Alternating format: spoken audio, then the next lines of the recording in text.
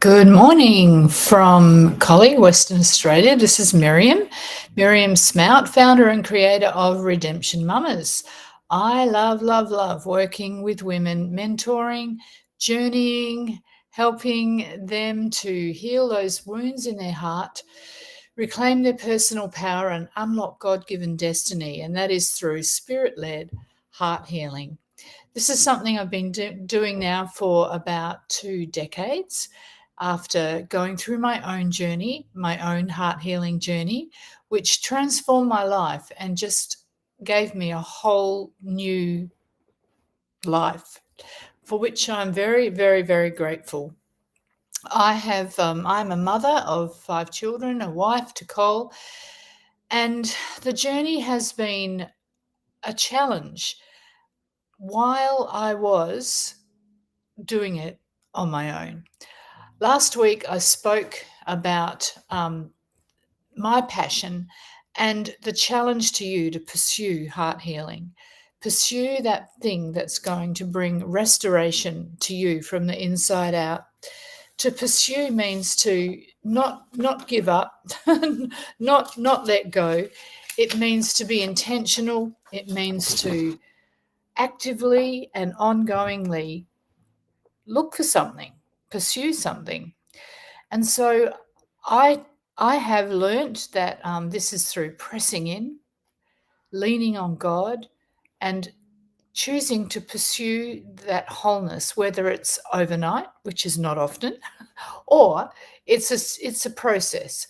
And that choice comes from a decision I made several decades ago. In my 40s, I started to unravel in a not so glamorous way, became very depressed on antidepressants, struggling to just even get myself out of bed. At that point, I had 4 children. I had my fourth child was only 6, 7, 8 months old when depression hit me with the force of a brick wall crashing, landing, and just crushing me. And I was really struggling to even get out of bed every day. As I have done this journey, I have discovered that these things don't have to be the defining moment of our lives. They don't have to be the thing that defines us and keeps us stuck and trapped. I didn't realize this. I didn't realize that I could actually break free of some of these cycles. I could see how depression had been an overshadowing thing in my life, but I had no idea that I could actually break free of that cycle. And it took some time and some courage to decide that I was going to do that. It was through reconnecting with a friend and connecting with some other friends who initially it was the grief that we felt that our children were getting hammered and were just getting pushed back, and there was doors that would open and then things that would cut across that and stop them from being able to pursue their dreams and their desires in their lives. Particularly for my first daughter, Naomi, who became a lovely, brilliant pianist. And on her, I think it was her 8th grade exam, the day of that, she got hit with chronic fatigue syndrome. She became very ill. She couldn't practice. I think she passed the exam from memory, but it took quite some of bit of a journey to unpack what was going on. Why had this happened at this time? What was behind it? You know, it was sinister and it was nasty. And being in a place where I had kind of done a bit of a journey, kind of figured out that it didn't have to be the defining thing for our lives. I had started on my own heart healing journey with mentors and support that was phenomenal and blessed my life massively. And it was on that journey that I began to realize some of the things I thought I would have to just live with for the rest of my life, where in actual fact, that was a lie. And it just took me really getting curious, asking questions, finding out what is at the root, what's going on. And I discovered it was my heart. It was what was going on in my heart. There was stuff in my heart that was causing it to be wounded, broken, unable to take the weight of life. And that was so much of a grief for me. And as I came to understand that, it took courage and it took a big yes to keep pressing in and not letting the times when I felt like I was not getting anywhere or not breaking through, not letting those times cause me to quit and give up. And so I'm so grateful that I was able to do that journey with other people. And that's what I spoke about last week. I spoke about the need for trusting God with our hearts, to surrendering ourselves and letting ourselves name and identify the things that have caused heart wounds for us, have caused brokenness for us, have caused us to become defined by things that are not true at all about us. And very often we think we've got to carry that pain alone. So they were a couple of things that I pressed into last week, that we don't have to do this journey on our own. This week, I want to talk about the transformation that comes from within us. It's an inside-out work. I'm beginning to get a revelation about the heart and the soul. I couldn't quite distinguish, are they the same? Are they different? What's going on? Like I felt I understood the soul, which is our mind, our will, our emotions. It's that place within us. And it's the place that we're told, work out the salvation of your soul with fear and trembling. Work it out. That doesn't actually sound like just let things happen and let things go and hope for the best. That sounds like a pursuit. It sounds like an ongoing, active, intentional thing that we need to do.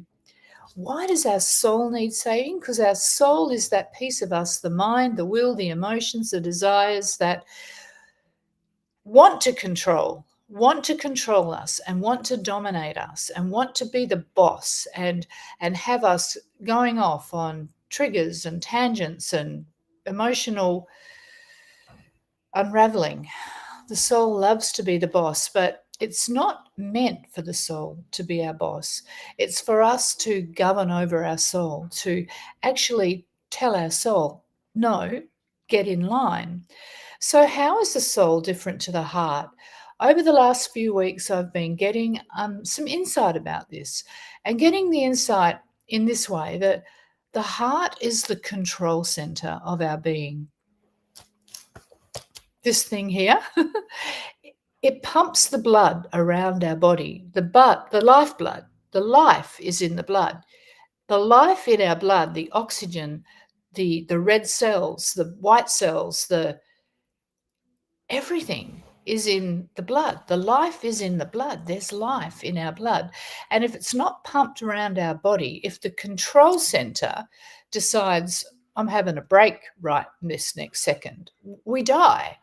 So this control center, this physical control center, the heart, is what we need to manage. Obviously, we're taught that medically, physically. But what about emotionally and spiritually? We need to manage our control center, our heart, as much spiritually, emotionally as we do physically. But we're not taught much about that. It's not a focus that we're given in our education, in our culture. So if this is my control center, then it's starting to make sense to me that my heart can actually control my soul, my mind, my will, my emotions. And that's why when we don't work out the salvation of our soul. Our soul can actually take us right off track. Our emotions, our mind, our will, our desires, they can just go way away from even what our heart desires.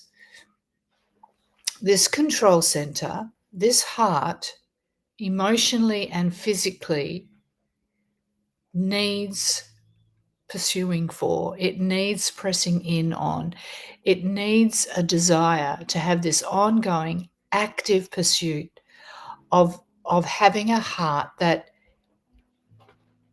this is how I would say it, a heart that is renewed, a heart that is restored. From the inside out is the place that we need to work at seeing this healing and this wholeness take place. There's a beautiful promise in Ezekiel that says, I will give you a new heart and put a new spirit in you. Would you like that? Does that sound like something that you'd be, yes, please?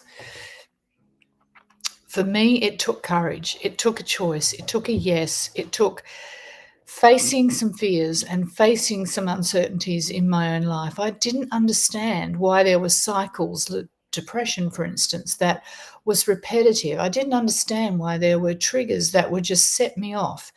I didn't understand that there was something in my heart, my control center, that needed some healing, needed some restoration. So today I want to invite you to either begin, continue, pursue an experience with God that can bring newness, not just a repair, not just a fix, but actually a completely new heart for you, a new heart within, a restoration from the inside out. You know, we desire refreshing, we desire renewing, so we take holidays, we get weary of a job, we look for a new one. We get weary of a relationship and we look for a new one. We're looking to be refreshed. We're looking to be restored. We're looking to be renewed. It's something built inside of us that is actually a good desire, a good, healthy thing. It's just when it takes over and leads us into places that are not good, that's another story. But renewal goes way, way deeper than just fixing a momentary pain. Renewal is like something that can bring a transformative way of life, a transformative way of thinking, a transformative way of feeling. It comes from a deep dive within and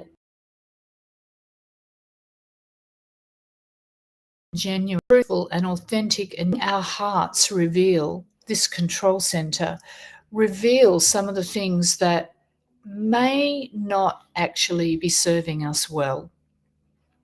For me, there were a number of things not serving me well. I was on an emotional roller coaster. One minute I'd be happy, the next I'd be angry. One minute I'd be, joy, the next I'd be crying. I was just not able to manage my emotions. I didn't understand why. I didn't understand why my emotions were so much of a roller coaster ride. It took some time and it took some processing, but as I pressed in, as I pursued understanding these things, a beautiful process started to emerge, and that was this transformation from the inside out.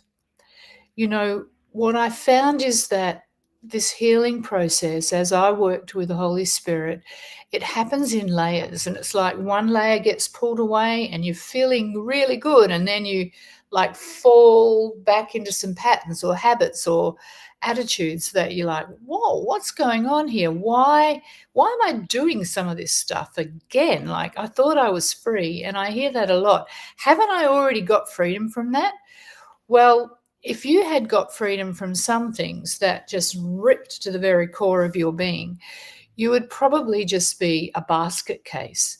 And that's where I want to introduce this Holy Spirit that I work with, that you can work with. A beautiful, gentle gentleman, gentle hands, gentle fingers, gentle process that he works with in our lives. He works in layers, peels a bit away. We kind of get our new equilibrium, our new balance, and then some sort of, go around in circles and, here I'm at this place again. And another layer gets peeled away. And that is the beauty, that is the gentleness of this Holy Spirit, that Ruach HaKodesh. I love using his Hebrew name. It just sounds so divine. Ruach HaKodesh. He works in layers. He works gently. He works in our spirit. He works in our soul. He works in our emotions. He works in our relationships. And as we allow him to do this work, to give us a new heart, to renew put a new spirit within us, it is a process. It takes us committed to the process. And that's something that now for several decades I have been in that committed process for myself. It started for me really not coping with life. And, I did have suicidal thoughts. I did think about how I could end my life because it just felt too hard. It just felt too dark. I sometimes couldn't break through and see the light. I'm so, so grateful that I was able to encounter this process with some friends, with mentors who helped guide me through the process of renewing that darkness, bringing light into that darkness, process of asking questions, getting curious, diving into the root of things in my own life that had caused wounds and hurts and pain that I did not know how to process. I'm so, so grateful that this transformation that started from within has been an ongoing process, and one that now is just become so natural to me, so normal, because I'm not afraid of it like I was. I'm not afraid like I was at the beginning. It took some courage. It took some faith to launch into a new process. You see, I just believed that this person that I was just unfortunately me. I couldn't believe that maybe I wasn't made this way, that I wasn't created this way, that my Papa G didn't intend for me to be this way. It was the wounds, it was the hurts, it was the disappointments, it was the betrayals, it was the rejection, the abandonment, so many things that had landed in my life. And pretty much it's normal for most all of us to experience these things. And as we do experience them, especially as children, we're not equipped to know, to understand how do I deal with this? How do I deal with abuse? How do I deal with grief? We're not often supported in ways that facilitate a healthy process of working out our pain, our hurts, our wounds. And so we carry them in our heart. We carry them into our teenage years. We carry them into our adult years. We carry them thinking, this is who I am. I'm just this messed up, screwed up person that is probably never going to find the purpose, the fulfillment, the transformation, the freedom that I believe all of us desire and long for. When this journey was starting to take its root in my life, I was starting to get grounded with it. I was beginning to get very committed and see some things happen in my life. I noticed signs. I noticed signs of renewal. And I want to share with you what, for me, some of those signs were. There was peace. I found a peace, even though my life circumstances hadn't necessarily changed. The external stuff was still, there. The things that were happening in my life, they were still there. But I had a peace in those times that I knew was not of me. I knew it was beyond me. That was one of the signs. I started to find peace and calm in the chaos. One of my mentors would say to me, "You can go to peace or you can go to pieces, P-E-A-C-E or P-E-I-C-E-S." And I realized, it was a choice that I could actually turn and go, "No, I'm going to choose peace. I'm going to stay in this place of peace. I'm not going to go to pieces," because that's an ugly, unfortunate, messy place to find yourself. And I found myself there quite frequently. I already knew that I didn't want to go back there if I could find another way.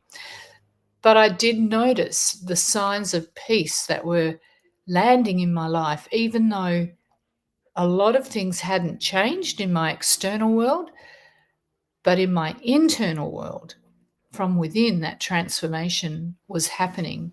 And so peace was one of the most beautiful gifts that I received in that process. And today it's a test, it's a litmus test of how am I going? Am I at peace? And if I'm not at peace, then why? What's happening? What have I lost? What's come and snuck up on me that I actually need to take some authority over, or make some changes, or have a hard encounter and get to unpack perhaps why that piece has gone. And for some of the girls that I've worked with over, numerous years now, I might not connect with them for ages, and then their name will pop up in my calendar and I'll be, oh, okay, this is so wonderful. There's something going on that they know. Getting some help and working with someone to process this is going to fast track that restoration of peace. Sometimes I've tried to do things on my own and it hasn't been that bad of a thing, but other times I've tried to do things on my own and it might have taken me months and months and months to process whatever it was. I've learnt now that I can short circuit that process, reach out, get some support, do the journey with others, so that I don't believe the lie anymore that I've got to hide and that it's got to be on my own, and that it's just too embarrassing to share the truth of what might be going on for me. Having trusted people in your life that you can do this journey with, that is a gift that, no one can take away from you. So very shortly, I will be starting a mentorship program that you can jump in, and we're going to have weekly sessions. They're going to be group community sessions. There'll be an element of the process or the mentoring program if you want to have one-on-ones, that we can factor that in as well. But if we get together as a community and we form a community and we support each other on that journey, that is game changing. That is incredible, because we no longer have to struggle, battle on our own. We can have the insight and the wisdom of others who may not be any further along on the journey than us, but it's just amazing how we're so blinkered, like the horses. They don't want them distracted by anything out there. They just want them to see the path ahead. And while that works for horses, it's not so good for us, because there are things out there that we need to process and we need to understand and we need to get a handle on. And as we do that, as we allow ourselves to walk that renewing journey, to walk that transformation from within, then we get to actually not have to just live like this. This is restrictive. This is not freedom. But if we can live with the things that in the past triggered us or tripped us up or had us believing things that were not true about ourselves, if we can walk through that and not be distracted and not be taken off our game, that that is a sign that there's been renewal and transformation in our lives. So that brings hope. There's peace, and then there's hope. There's hope that life doesn't have to be how it's been, maybe for decades, that whatever pain or grief or loss we've suffered, whatever betrayal, abandonment, or rejection that has shaped our life and caused us to live way, way below who we are truly created to be, that hope, that is game changing. When we live with hope, everything changes. Hope doesn't disappoint us. While we might be hoping through some difficult, dark times, holding on to hope will always bring us through into the light at the end of the tunnel. Giving up and letting go of hope, I don't even want to go there. That's a place I've been in the past, and I don't want to go back there again. So, signs that renewal has been taking place for me is the peace that I've found, the hope that I've found, and then the restored purpose. The purpose in my life. I didn't imagine that I would be doing what I'm doing now. I don't know quite what I thought I would be doing, but it's so beautiful to be walking with other women, to be journeying with others who may have different experiences to me, similar experiences. Whatever it is we've been through, that's the piece that is irrelevant. The fact that we have had these wounds and these hurts, everybody experiences it. But not everybody chooses to walk out of it, leave it behind, and start a new journey, a transformational journey from the inside out, from that heart, from that control center becoming renewed and new, and a new spirit that we work from. It's not the old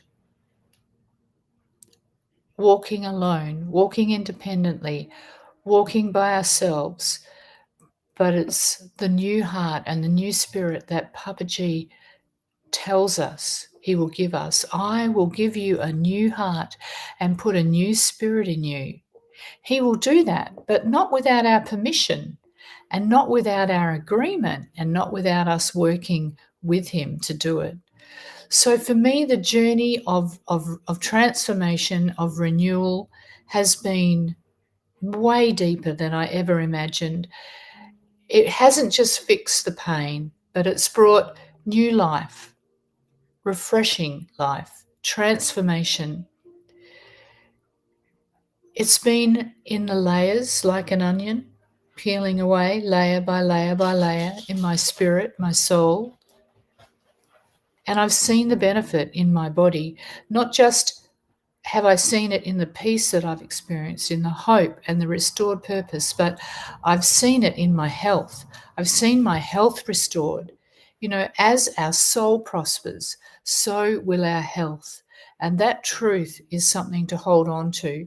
And for me, I wasn't even aware of that, but I was starting to see a transformation in my own well-being, my own health, as I attended to the control center of my life, my heart. Heart healing is a powerful journey, and it's one that once you start on, and you get the tools and you get some strategies to be able to work out the path, and also the ability to stay and press on and keep going and be active and not passive. Once you get some of these things, it's life-changing. It's wonderful.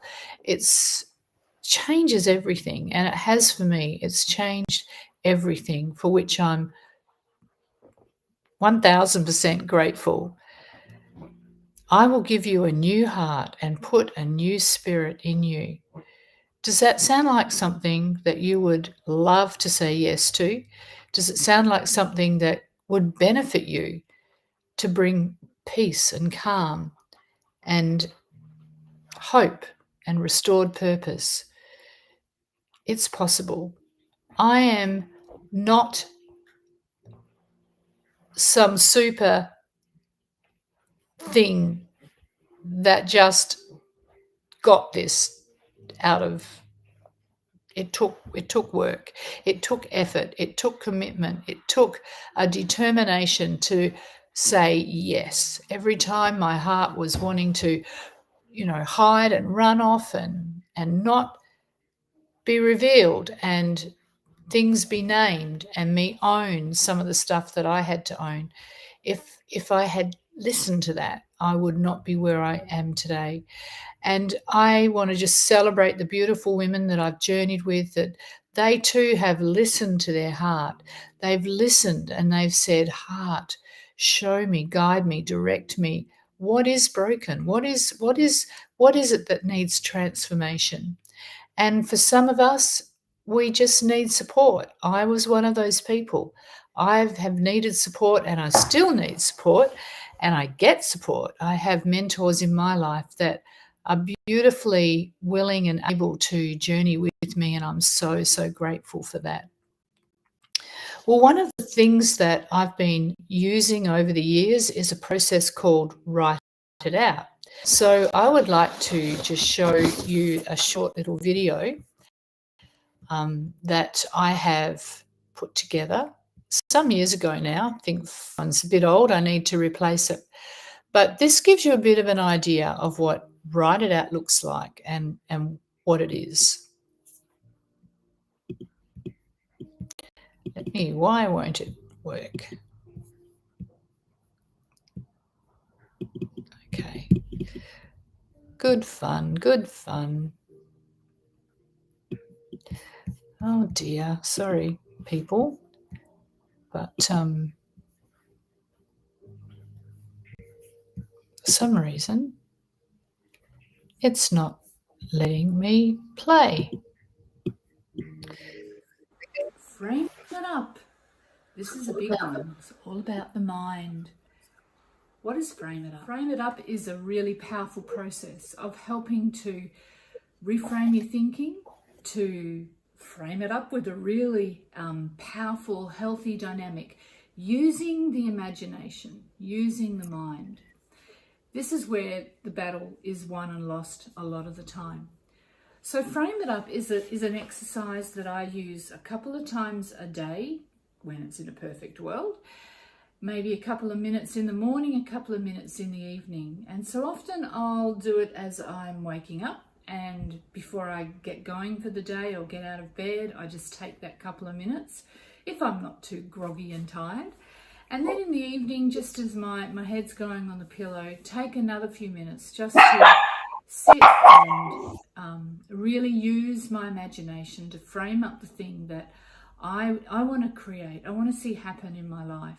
So it's for the dreams, it's for the visions, it's for the desires, it's for the things that are really something that you're longing for and you're hoping to see happen in your life. So framing it up looks like this. It's using your imagination to put yourself there. What does it feel like? What does it smell like? How does it touch and feel? How does it sound, this thing that you're wanting to frame up? Maybe it's just something like losing weight, or something like, a dream or a desire that you've had to be something, to do something. So say, for instance, it's to lose some weight. This is what I do when I'm imagining or framing up a time like that. I imagine myself wearing the very thing that I would never wear in my current state. I imagine myself wearing and walking and feeling the confidence, imagining myself in that place, already there, already achieved, already accomplished, already done. That's what framing it up's all about.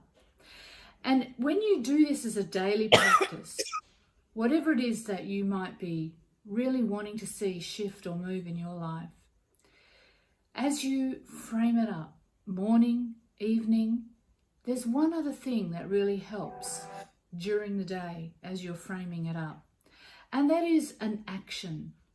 Something that is going to remind you as the day progresses, as things happen in your day, of what this is that you're really desiring to see in your own life. Maybe something for me, if it was a weight issue, would be, walking in this really modeling kind of way and just thinking and imagining myself with that confidence, to just be on that catwalk, not be caring about what I look like or how I'm projecting my image. So just a simple movement like just that.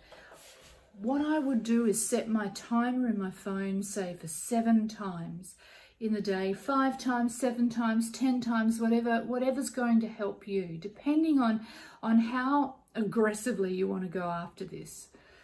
And when the reminder comes, just to do that movement, just to remind myself, that's where I'm going, that's where I'm becoming, that's what I'm stepping into. So framing it up is just totally exactly that. Putting yourself into the place that you're not yet. Putting yourself into how it's going to feel, look, sound, taste, touch, all of that stuff. And morning and evening is great. A couple of minutes morning, couple of minutes evening, and just letting yourself imagine what that's going to be like. I love it. The Bible says that He gives and does for us even more than we can imagine or think, even more. So what we're doing with our imagination, it's limited, but He's not. He will bring even more than we imagine or think. And I know that that's been true for me in areas of my life that I have really lent in and pressed in and framed up that desire, that hope, that longing into almost reality, because my imagination is a pretty powerful thing, and so is yours. So use what you've been given, use your imagination, and start framing up things for you that might seem impossible, might seem beyond what you are ever going to be able to walk in and step into. But it's not about where you are, it's about where you want to be, where you want to go, what's calling you, what's speaking to you. Start framing it up.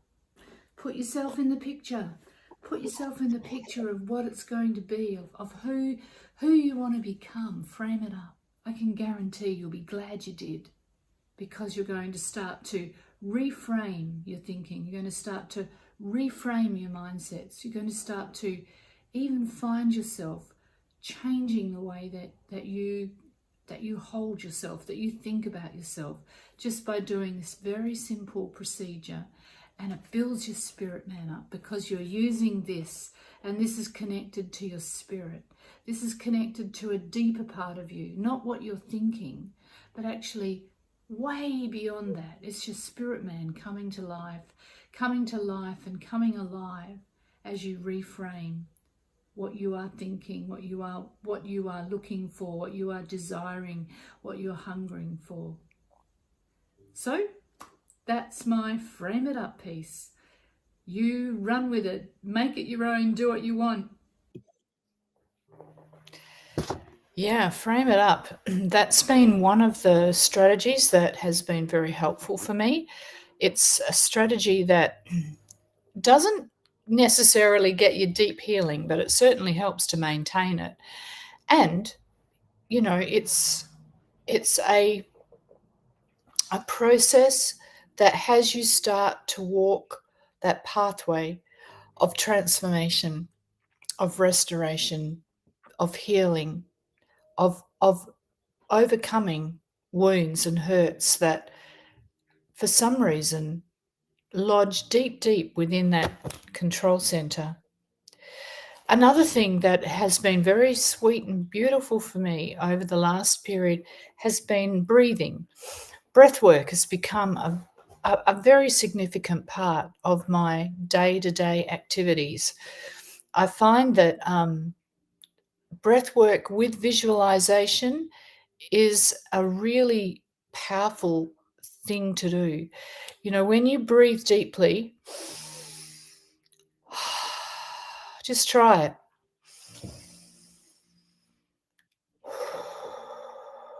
Breathe in long, deep.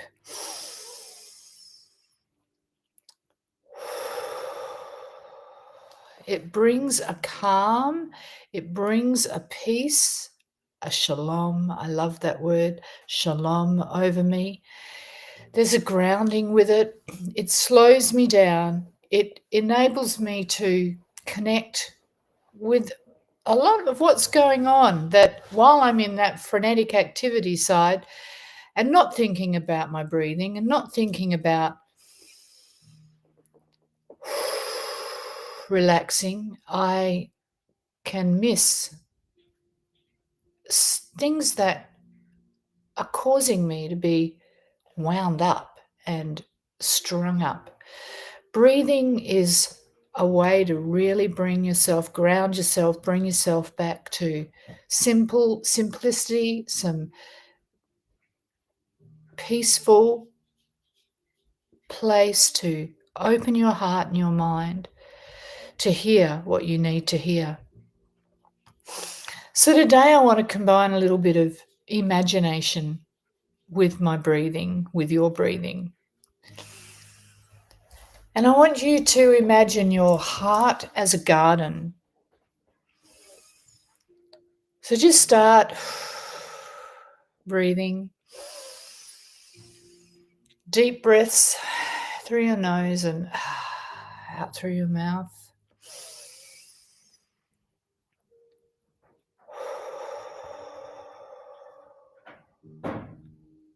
Imagine your heart as a garden, and you're going to breathe into that garden new life. Oh, on your breathing in, breathe in new life.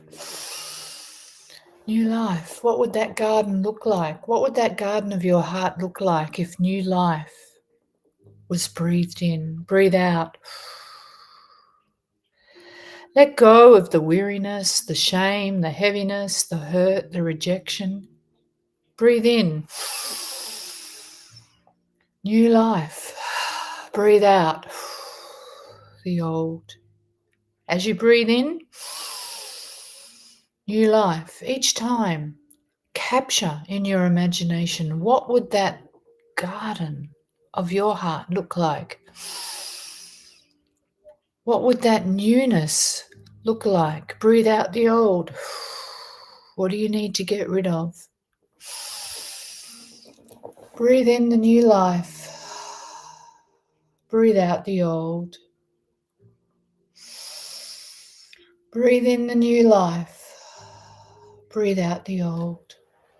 And imagine, as you're breathing in and as you're breathing out, what does the garden of your heart look like? Picture fresh wind blowing through your garden. Picture fresh growth growing in your garden. What does the garden of your heart look like as you breathe in the new and breathe out the old?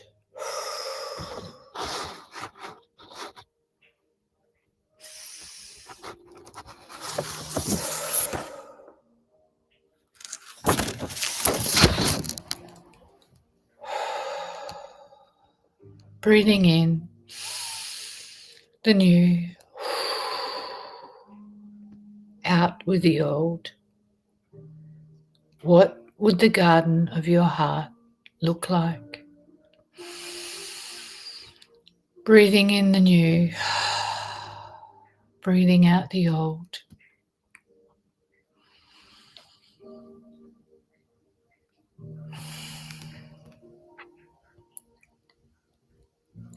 As you allow yourself to imagine, what would that garden look like? What would breathing in the new look like in the garden of your heart? Take some time as we finish off to journal, write it out, and out of that journaling, find some write it out statements that you can apply to your morning and evening routine. What would that new heart look like? Write it out. Write it out. Describe it. And then do it in the morning, do it in the evening. Only takes 5 minutes. 5 minutes when you wake up, 5 minutes when you go to sleep. It's just a routine. It's just a practice, a discipline. And as you do that, as you write it out, think of an action of what that new would look like. Would it be more confidence? Would it be more peace? Would it be more hope? Would you have purpose? And think of an action, think of something that physically, as you write it out, you can take hold of and keep going. Keep going through the week ahead. Keep going. Keep diving in. Intentionally pursue your heart. Intentionally pursue healing for your heart. Intentionally pursue. Be active, not passive. So take action this week. Do something new that you've never done before, like write it out. And as you do that, I pray you be blessed and you will find peace and hope and purpose that maybe you didn't have before. God bless. I'll meet you again.